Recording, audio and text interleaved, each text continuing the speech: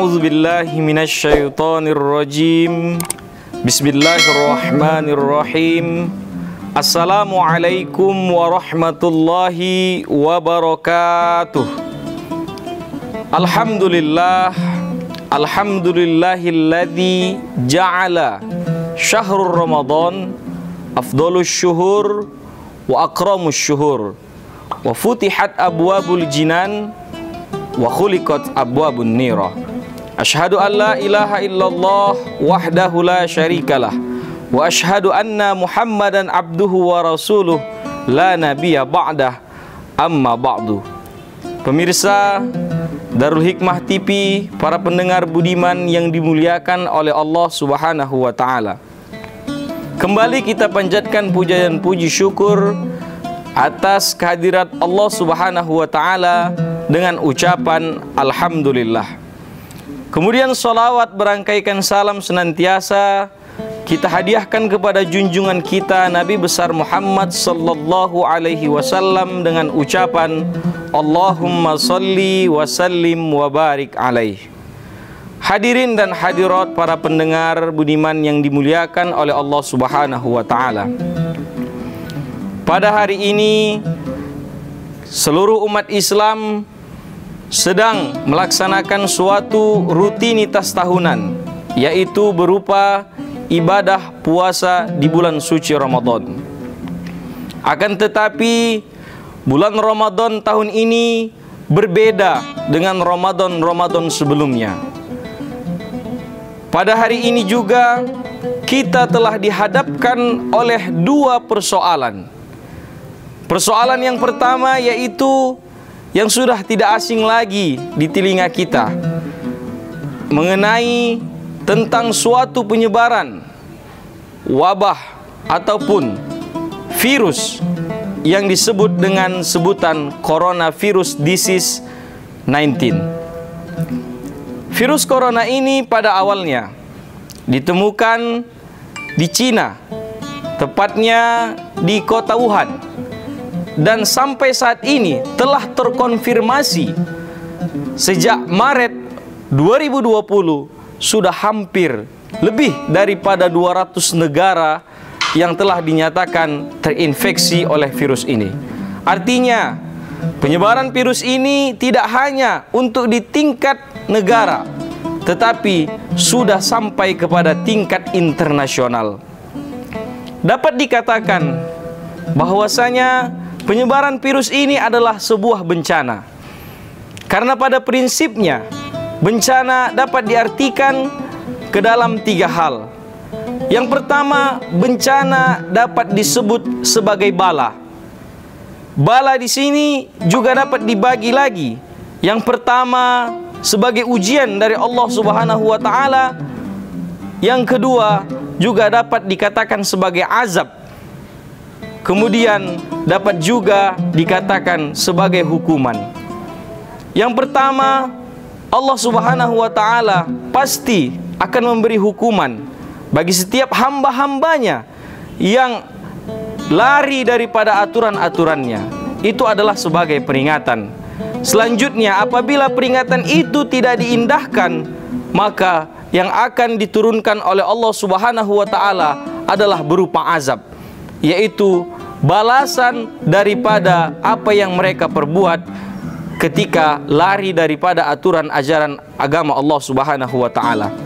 Hadirin yang dimuliakan oleh Allah Subhanahu wa taala. Yang paling penting adalah bagaimana kita menghadapi bencana ini, penyebaran virus ini, dengan tujuan agar tidak tercederai daripada nilai-nilai ibadah yang kita kerjakan selama bulan Ramadan ini. Kemudian kita juga sudah mendengar baik dari televisi, radio, media sosial, apapun itu, bahwasanya penyebaran daripada virus ini sangatlah cepat. Kemudian dari berbagai penelitian juga telah menyatakan bahwasanya virus ini tidak akan dapat menginfeksi seseorang jika tidak ada sel inang atau orang yang akan dihinggapinya. Artinya dengan kita mengikuti peraturan-peraturan yang telah disampaikan oleh pemerintah, mengikuti aturan-aturan yang disampaikan oleh Kementerian Kesehatan dan lain-lain, itu sebenarnya sudah menjadi salah satu bentuk ikhtiar kita dalam memutus rantai penyebaran daripada virus ini. Telah terbukti berbagai pasien, alhamdulillah, telah sembuh daripada terinfeksi virus ini, menunjukkan bahwasanya ikhtiar kita, usaha yang kita laksanakan di sini tidaklah sia-sia. Akan tetapi kita jangan sampai melupakan bahwa semuanya itu adalah kehendak dari Allah Sang Maha Pencipta. Persoalan yang kedua, yaitu pada hari ini kita sedang melaksanakan ibadah puasa Ramadan. Artinya, di tengah-tengah kita sedang dilanda oleh sebuah musibah, di situ juga umat Islam harus melaksanakan kewajiban rutinitas tahunannya, yaitu ibadah di bulan suci Ramadan. Allah Subhanahu wa taala telah berfirman di dalam Al-Qur'an, "Ya ayyuhalladzina amanu kutiba alaikumusiyam kama kutiba alal ladzina min qablikum la'allakum tattaqun." Dari ayat ini kita dapat mengetahui bahwasanya antara iman dengan takwa memiliki hubungan yang sangat erat. Di sini iman pada prinsipnya dapat dikatakan sebagai syarat, sedangkan takwa dapat dikatakan sebagai tujuan. Artinya antara iman dengan takwa di sini tidak dapat dipisahkan. Yang pertama, iman merupakan syarat untuk melaksanakan ibadah puasa, sementara takwa adalah tujuan yang harus kita capai dalam mengamalkan ibadah puasa. Jika takwa dipisahkan daripada iman, maka nilai takwa itu tidak akan ada artinya. Begitu juga dengan iman, tidak akan ada nilai iman tersebut jika tidak sampai kepada level takwa. Oleh sebab itu, mari sama-sama kita jaga keimanan kita kepada Allah Subhanahu wa taala dengan tujuan agar menjadi hamba Allah yang muttaqin, hamba Allah yang takwa. Kemudian di bulan suci Ramadan ini juga mari kita perbanyak untuk berbagi, karena pastinya Allah Subhanahu wa taala sudah menjamin dengan balasan-balasan yang berlipat ganda jika kita beribadah ataupun berbuat kebaikan di bulan suci Ramadan.